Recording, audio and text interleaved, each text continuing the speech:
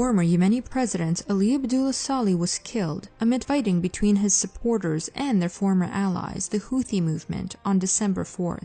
Until recently, Saleh loyalists had been fighting alongside the Houthis in a war against the Saudi-backed president, Abdrabbu Mansur Hadi, but a dispute over control of the Yemeni capital of Sana'a on November 29 triggered armed clashes that have left more than 125 people dead.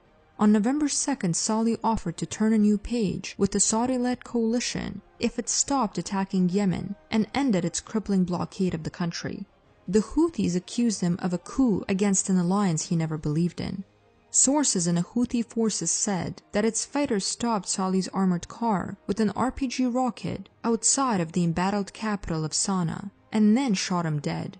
Sources in Saleh's party confirmed that he died in an attack on his convoy. His death marks a shift 3 years into a war which was in a state of a stalemate. It risks the conflict becoming even more volatile. Saleh, a former military officer, became the president of North Yemen in 1978 after a coup, but when North and South reunited in 1990, he was elected as the first president of the new country.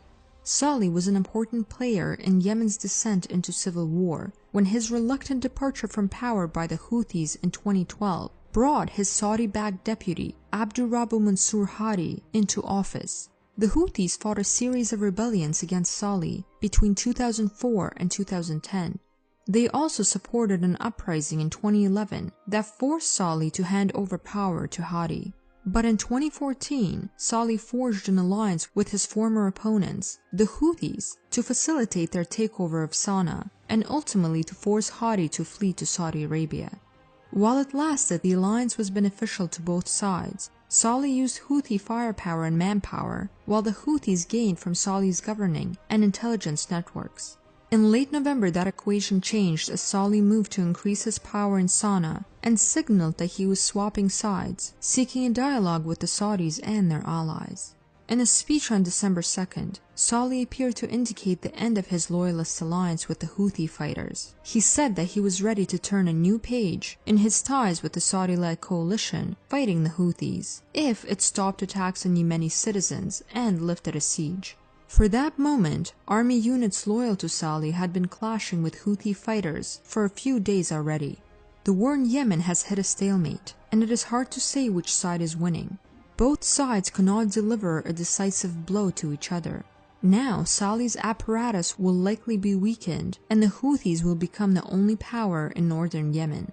On the other hand, the conflict between the loyalists and the Houthis is exactly what the Saudi-led coalition wants. Together, Saleh's forces and the Houthis were strong enough to hold on to Sana'a, repel the forces of the Saudi-backed government and its Gulf Arab allies, and to conduct constant attacks against Saudi-led forces in Yemen and even against targets inside Saudi Arabia. Now, the military capabilities of anti-Saudi forces will be partly reduced. Despite that, even if some part of Saleh's former forces ally themselves with the Saudis, that by itself won't guarantee their victory. Indeed, this will mean that Yemen, a now near permanently unstable and divided state, will become an even more nagging of a thorn in Saudi Arabia's side, with a constant threat of missiles and Houthi raids. Add to that a growing power of Hezbollah and Iran in the region, and you get difficult times for Saudi Arabia.